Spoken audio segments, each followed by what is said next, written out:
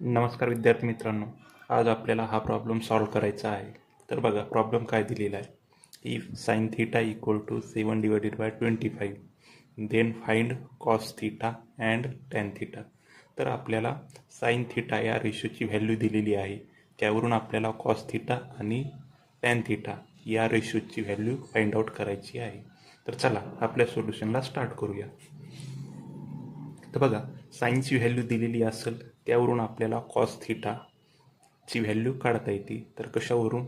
तर fundamental identities, trigonometric identities. तर त्याच्यात एक आयडेंटिटी आपण बघितलेली होती. तर कोणती ती बघूया. वी हॅव एक आयडेंटिटी आपण बघितलेली होती, sine square theta plus cos square theta equal to 1. तर ह्या आयडेंटिटीवरून आपल्याला कॉस थिटाची व्हॅल्यू फाइंड आउट करता येईल, कारण याच्यामध्ये साइन थिटा आणि कॉस थिटा हे दोन रेशियोज आहेत. त्यापैकी एकाची व्हॅल्यू आपल्याला दिलेली आहे साइन थिटाची. साइन थिटाची व्हॅल्यू याच्यामध्ये पुट केल्याच्या नंतर कॉस थिटाची व्हॅल्यू आपल्याला मिळून जाईल.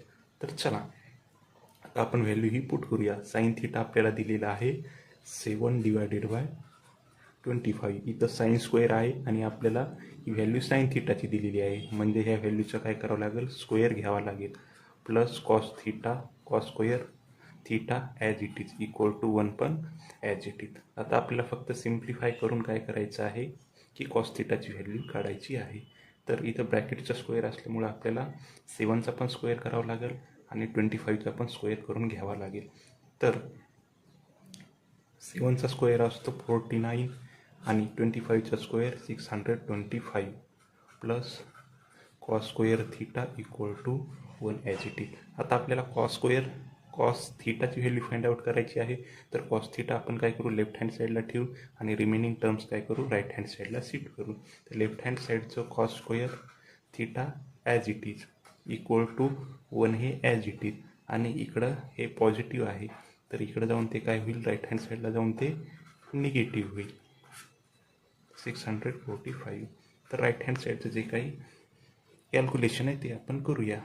तर याचं क्रॉस मल्टिप्लिकेशन करावं लागेल. 1 इंटू 625 ते येणार आहे 625 मायनस 1 इंटू 49 किती 49 डिवायडेड बाय 1 इंटू 625 625. तर हे कॅल्क्युलेशन केल्याच्या नंतर आपल्याला मिळेल 576 डिवायडेड बाय 625. ही असेल कॉस स्क्वेअर थिटाची व्हॅल्यू. आता आपल्याला व्हॅल्यू फाइंड आउट करायची आहे कॉस थिटाची. तर दोन्ही साईडचा आपल्याला स्क्वेअर रूट घ्यावा लागेल. तर आपण दोन्ही साईडचे स्क्वेअर रूट घेऊया. त्यावरून आपल्याला कॉस थिटा व्हॅल्यू मिळेल 24 डिवायडेड बाय 25, कारण 576 हा स्क्वेअर आहे 24चा आणि 625 हा स्क्वेअर आहे 25चा.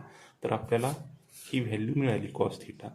आता जर आपल्याला टॅन थिटा व्हॅल्यू काढायची असेल तर साइन थिटा आणि कॉस थिटाच्या व्हॅल्यूवरून आपल्याला ती व्हॅल्यू काढता येते. आपल्याला माहिती आहे की टॅन थिटा काय असतं, tan theta equal to sine theta divided by cos theta.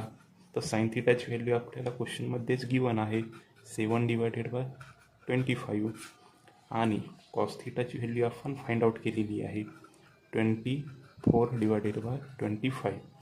आता इथं न्यूमरेटरचा डिनॉमिनेटर आणि डिनॉमिनेटरचा डिनॉमिनेटर एकमेकासोबत कॅन्सल होतील आणि टॅन थिटाची व्हॅल्यू येईल 7 डिवायडेड बाय 24. तर टॅन थिटा किती आलं, 7 डिवायडेड बाय 24. अशा पद्धतीने आपल्याला साइन थिटाची व्हॅल्यू दिलेली होती. त्यावरून आपण कॉस थिटा आणि टॅन थिटा या दोन रेशोच्या व्हॅल्यू फाइंड आउट केलेल्या आहेत. धन्यवाद.